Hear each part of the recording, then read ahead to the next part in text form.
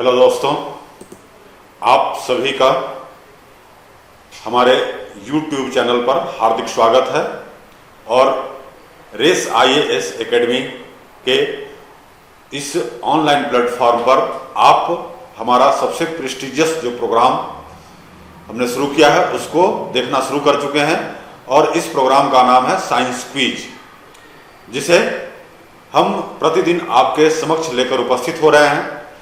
और इस क्विज का नाम हमने दिया है विज्ञान प्रश्नोत्तरी महामंथन कार्यक्रम। और इसमें प्रतिदिन हम विज्ञान के 10 महत्वपूर्ण प्रश्नों को लेकर के आते हैं और इन प्रश्नों को देखने के बाद आप यह आकलन कर सकते हैं कि आपकी तैयारी कितनी अच्छी तरह से साइंस में चल रही है और आप इतने आसान प्रश्नों का सही उत्तर दे पा रहे हैं या नहीं पा रहे। तो हमारा उद्देश्य है कि आपको साइंस के अलग अलग तरह के प्रश्नों के प्रारूपों के बारे में आपको महत्वपूर्ण जानकारी उपलब्ध कराया जाए और इसके माध्यम से आप अपने परीक्षा की तैयारी को और बेहतर कर सकें और जो उसमें विज्ञान संबंधित जो भी प्रश्न पूछे जा रहे हैं उसका सहजता से उत्तर दे सकें।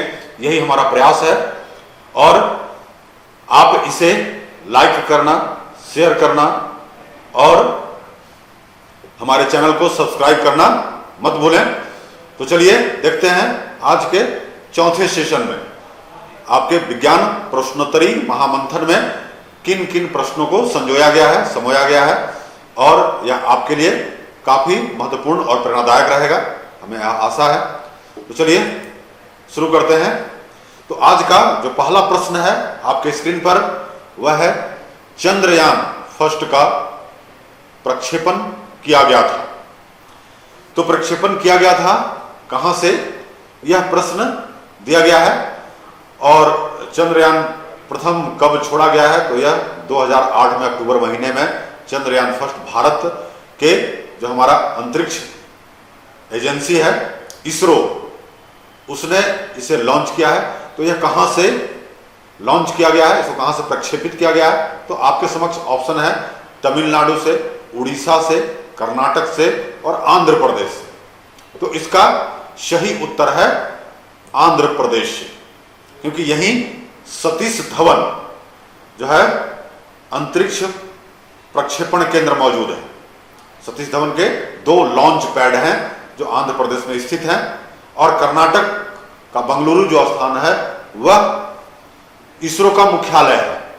उड़ीसा से जो आप देख रहे हैं, तो उड़ीसा में जो हमारा चांदीपुर तट है वहां से बहुत सारे मिसाइलों का प्रक्षेपण किया जाता है। और तमिलनाडु में क्रायोजेनिक इंजन का प्रोपल्शन सेंटर है महेंद्रगिरी में। तो ये चारों राज्य अलग अलग जो है अंतरिक्ष से संबंधित महत्वपूर्ण कार्यों को अंजाम देते हैं। तो हमने सारे इसमें बता दिए कि उड़ीसा में क्या है, तमिलनाडु में क्या है और कर्नाटक में क्या है। तो जो प्रश्न है उसका सही उत्तर आंध्र प्रदेश है। चलिए अब हम दूसरे प्रश्न की ओर बढ़ते हैं। तो इसमें जो दूसरा प्रश्न है यह भी अंतरिक्ष क्षेत्र से ही है कि थुम्बा रॉकेट प्रक्षेपण केंद्र है। तो भारत में जो थुम्बा रॉकेट प्रक्षेपण केंद्र है और यह पहला प्रक्षेपण केंद्र भारत का था। और इसको एक चर्च का जो पूरा मैदान था उसको प्रक्षेपण केंद्र के रूप में पहले बदला गया और फिर कुछ जो है वो साइंटिफिक कारणों से इसको आंध्र प्रदेश ले जाया गया। तो यह कहां पर है, आपके समक्ष जो विकल्प हैं उसमें केरल में, तमिलनाडु में, उड़ीसा में और आंध्र प्रदेश में। तो इसका सही उत्तर है केरल में। जो थुम्बा प्रक्षेपण केंद्र है वह केरल में है। और यहां से 1963 में पहला हमारा जो रॉकेट है नाइक अपाचे उसको लॉन्च किया गया था। तो इसका सही उत्तर केरल है। अब हम बढ़ते हैं तीसरे प्रश्न की ओर। तो जैसा स्क्रीन पर आप देख रहे हैं, प्रश्न है राष्ट्रीय दुग्ध शोध संस्थान कहां पर स्थित है, नेशनल डेयरी रिसर्च इंस्टीट्यूशन। तो भारत में जो है दुग्ध शोध संस्थान कहां पर स्थापित किया है, किस जगह पर है, तो आपके समक्ष जो विकल्प है वह है पहला करनाल, दूसरा हैदराबाद, तीसरा आनंद और चौथा हिसार। तो यह करनाल जो है इसका सही उत्तर है और करनाल कहां पड़ता है? तो यह हरियाणा डिस्ट्रिक्ट में है, करनाल और हिसार। हिसार में एशिया की सबसे बड़ी एग्रीकल्चर यूनिवर्सिटी स्थापित है। आनंद जो है यह आपका गुजरात में है, और वहीं से आनंद डेयरी से ही आप देख रहे हैं जो अमूल है, अमूल दूध जो पीता है इंडिया, तो वह आनंद से ही उसका उत्पादन होता है। और हैदराबाद तो जान ही रहे हैं, यह आपका अभी तेलंगाना की राजधानी हो चुका है, और यह पहले यहाँ नवाब जो है वह रहा करते थे। इसको कब मिलाया गया इतिहास का विषय है। तो चलिए हम अब बढ़ते हैं साइंस में अगले प्रश्न की ओर, कि किस दिन सूर्य और पृथ्वी के बीच न्यूनतम दूरी होती है? तो सूर्य और पृथ्वी के बीच एक दिन जो है न्यूनतम दूरी होता है, और दूसरे दिन जो है वह सबसे अधिकतम दूरी होता है। तो जो न्यूनतम दूरी है उसको, उस पोजीशन को पेरीहेलियन कहा जाता है, और जो अधिकतम दूरी है सूर्य और पृथ्वी के बीच वो कौन सा दिन होता है, उसको इंग्लिश में एपहेलियन कहा जाता है, एपहेलियन। तो न्यूनतम दूरी और अधिकतम दूरी कब कब होता है, यह कई बार प्रश्न पूछे जाते हैं, और यह आपके लिए जानना जरूरी है। जैसे आप जो है वो इक्विनॉक्स जानते हैं, और जो हमारा दूसरा जो स्मॉलेस्ट डे और बिगेस्ट डे होता है, कौन कौन दिन, तो ये चारों चीजें आपको जानना जरूरी है। तो चलिए ऑप्शन जो है कि सबसे पृथ्वी और सूर्य के बीच न्यूनतम जो दूरी होती है वो किस दिन को होती है? 22 दिसंबर, 22 सितंबर, 21 जून और 3 जनवरी। तो इसमें सही उत्तर है आपका 3 जनवरी। 3 जनवरी को जो है सबसे नजदीक होता है। और जो आपका 21 जून है तो यह तो योग दिवस के रूप में आप जाना जाता है। 22 दिसंबर है तो यह सबसे आपका क्या है, स्मॉलेस्ट नहीं बल्कि लॉन्गेस्ट डे कह सकते हैं। 22 दिसंबर से शुरू होता है बड़ा दिन का, तो यह है। और सितंबर में 21 सितंबर को दिन रात बराबर होता है, उसके बाद दिन जो है वह छोटा होने लगता है। चलिए, तो यह इसका एनालिसिस है विकल्पों का। इसके बाद अगला जो प्रश्न आपके सामने वह है सबसे अधिक वर्षा वाला स्थान चेरापूंजी किस राज्य में स्थित है। तो ये साइंस से भी है और यह प्रश्न ज्योग्राफी में भी आ जाता है, भूगोल में। तो आप सभी को मालूम है कि भारत में सबसे अधिक जो वर्षा है वो चेरापूंजी में होता है, और कभी कभी बदलते रहता है। मौसिन राम दोनों एक ही राज्य में पड़ते हैं, और राज्य नॉर्थ ईस्ट का राज्य है, यानी हमारा उत्तर पूर्वी जो राज्य है 7 सिस्टर उसमें है। तो आपके समक्ष जो 4 विकल्प हैं वह है मेघालय, असम, सिक्किम और अरुणाचल प्रदेश। तो इसका सही उत्तर है मेघालय। चेरापूंजी और मौसिन राम दोनों मेघालय में पड़ता है। अगला जो आपका छठा प्रश्न है आपके समक्ष वह है सौर मंडल का सर्वाधिक गर्म ग्रह कौन सा है। तो ज्यादातर लोग इसका उत्तर जो है जानते हुए भी गलत दे देते हैं। आशा है कि जब आप हमारा यह चैनल देख रहे हैं तो आपको हम पूरा एनालिसिस करके बताएंगे कि क्यों है और कौन सा सर्वाधिक गर्म ग्रह है। तो सर्वाधिक गर्म ग्रह जो है वह आपके समक्ष जो ऑप्शन है और बहुत ही महत्वपूर्ण है, इसको ध्यान से आप सुनिएगा कि पहला जो ऑप्शन है विकल्प वह है मंगल, दूसरा पृथ्वी, तीसरा शुक्र और चौथा बृहस्पति।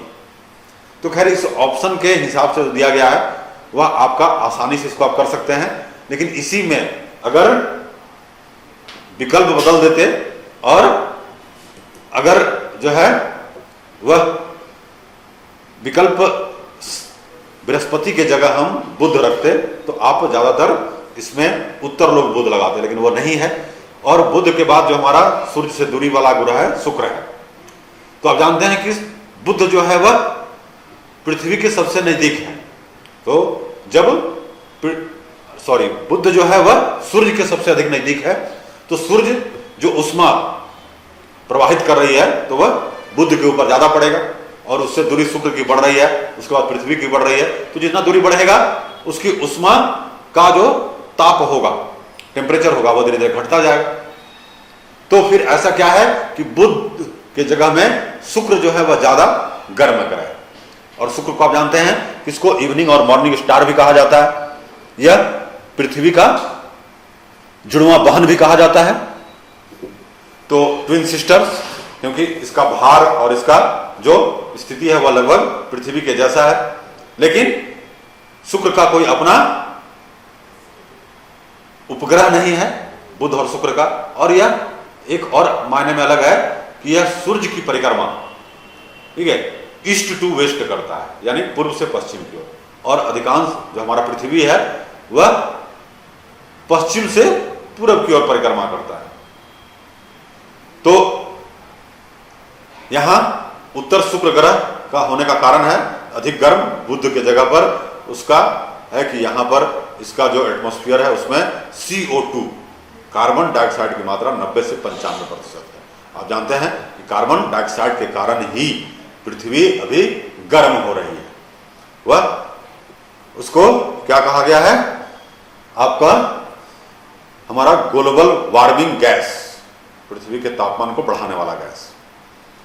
तो यहां पर वह मात्रा सबसे ज्यादा है, 90 से 95% है। इसलिए यह सूर्य से आने वाली किरणों को तो आने देता है, लेकिन फिर यहां से जब उसके धरातल से टकराकर वापस लौटना चाहता है तो उसको लौटने नहीं देता, इसलिए जो है वह काफी गर्म हो जाता है और इस कारण वो चमकता भी है, इसलिए अधिक चमकीला ग्रह भी है। अगला जो प्रश्न है वह है कि वर्ल्ड वाइल्ड लाइफ फंड यानी WWF का प्रतीक कौन सा जानवर है। तो इसकी स्थापना WWF की 1961 में की गई है। इसका मुख्यालय कहाँ है ये सब आपको जानना जरूरी है। तो आप जब WWF नाम आ रहा है और इसमें क्वेश्चन पूछा जा रहा है कि इसका प्रतीक कौन सा जानवर है, तो इसका आंसर तो हम लोग देख लेते हैं, लेकिन फिर आगे आपको जो है इसके बारे में जानना आवश्यक होगा। तो चलिए देखते हैं कि इसमें विकल्प क्या है। सफेद भालू, चीता, लाल पांडा और हाथी। तो इसमें जो है वह पांडा जो है वह इसका सही उत्तर है। तो लाल पांडा जो है यह इसका प्रतीक है और इसकी स्थापना कब की गई बताया गया। इसका मुख्यालय वगैरह आपको सब जानना है, यह किस क्षेत्र में काम करता है, तो यह जरूरी है। तो WWF के बारे में हमारे ऑनलाइन का जो कक्षाएं हैं उसमें पूरा बताया गया है, तो आप वहां उसको जा करके वॉच कीजिए और उसके बारे में अधिक से अधिक जानकारी प्राप्त कीजिए। अगला जो आपके समक्ष स्क्रीन पर 8वां क्वेश्चन है विज्ञान का, वह है कंप्यूटर में उपयोग में आने वाली आईसी चिप। आईसी का मतलब है इंटीग्रेटेड चिप। तो यह किससे बनी होती है आईसी चिप। और ये मोबाइल वगैरह में जो आप मेमोरी कार्ड यूज करते हैं वह भी आईसी चिप है। तो उससे आपको पता चल गया होगा कि यह किसका बना होता है। तो विकल्प में आपके समक्ष है प्लेटिनम का, सिलिकॉन का, गोल्ड का या टंगस्टन का। तो यह आईसी जो होता है वह सिलिकॉन का बना होता है। और सिलिकॉन आप जानते हैं कि भू प्रॉपर्टी में ज्यादा मात्रा में पाया जाता है, लेकिन फिर भी इसका जो उत्पादन होता है वह काफी जो है काफी खर्चीला पड़ता है, इतना आसान नहीं इसको निकालना। लेकिन भू प्रॉपर्टी में आप जानते हैं पृथ्वी पर सबसे अधिक मात्रा में कौन सा तत्व पाया जाता है, तो वह है ऑक्सीजन, लगभग 46% के आसपास, और सिलिकॉन जो है वह 26% के आसपास पाया जाता है। तीसरा जो पृथ्वी पर पाया जाने वाला तत्व है वह है तीसरा बड़ा तत्व एल्युमिनियम। और इस तरह से फिर आगे कई चौथा आयरन और उस तरह से फिर निकल और सब अन्य तत्व पाए जाते हैं। चलिए अब आपके समक्ष जो 9वां प्रश्न है वह है भारत ने सुपर कंप्यूटर परम का निर्माण किया। तो परम की कई सारे श्रृंखलाएं जो है वह CDEC नामक संस्था ने भारत की किया है। और परम के जो 10,000 था उसको सबसे उस समय का सुपर कंप्यूटर अच्छा माना जा रहा था 1998 में। इसके बाद फिर अभी तो भारत ने अनेक सुपर कंप्यूटरों का निर्माण किया है। तो परम जो श्रृंखला है सुपर कंप्यूटर के, उसका निर्माण कहाँ किया गया है? पुणे में, बंगलुरु में, चेन्नई में और दिल्ली में। तो उसका उत्तर है पुणे में। CDEC जो है संस्था संस्थान, उसका मुख्यालय पुणे ही है और सीडेक ने ही परम श्रृंखला के कंप्यूटरों का निर्माण किया है, याद रखिएगा सीडेक। और आज का जो 10वां और अंतिम महत्वपूर्ण प्रश्न है आपके स्क्रीन के समक्ष, वह है कंप्यूटर शब्दकोश में सीडी अक्षरों का प्रयोग किसके लिए किया जाता है। तो सीडी वगैरह जो यूज करते हैं आप, ठीक है, डीवीडी प्लेयर में, तो उसमें सीडी अक्षरों का प्रयोग किसके लिए किया जाता है। तो विकल्प में है कॉम्पैक्ट डिस्क, कंप्रेस्ड डाटा और कंप्यूटराइज्ड डाटा। तो आप में से अधिकांश लोगों को हमें मालूम है कि इसका उत्तर पता होगा। तो सीडी जो आप चलाते हैं उसका जो है फुल फॉर्म है कॉम्पैक्ट डिस्क, और उसी तरह से डीवीडी और वीसीडी वगैरह जितने भी इंपॉर्टेंट हैं, HTTP, www, तो ये सब जितने भी इंपॉर्टेंट छोटे छोटे आपके शब्द हैं शॉर्ट फॉर्म, उनके फुल फॉर्म आपको याद रखना होगा। तो ये था आज का हमारा 10 महत्वपूर्ण विज्ञान प्रश्न और उसके उत्तर। आशा है कि आपको यह प्रश्न जो है आगे आने वाले कक्षाओं में काफी लाभ पहुंचाएगा। आप बार बार हमारे वीडियो को देखिए और इन प्रश्नों के विश्लेषण को सही तरीके से सुनिए, समझिए, और साथ ही साथ हमारे इस चैनल को लाइक कीजिए, सब्सक्राइब कीजिए और इसको शेयर कीजिए। तो आज के लिए इतना ही, धन्यवाद, जय हिंद। फिर हम आपके समक्ष कल उपस्थित होंगे। इसी के साथ आप स्वस्थ रहिए, खुश रहिए।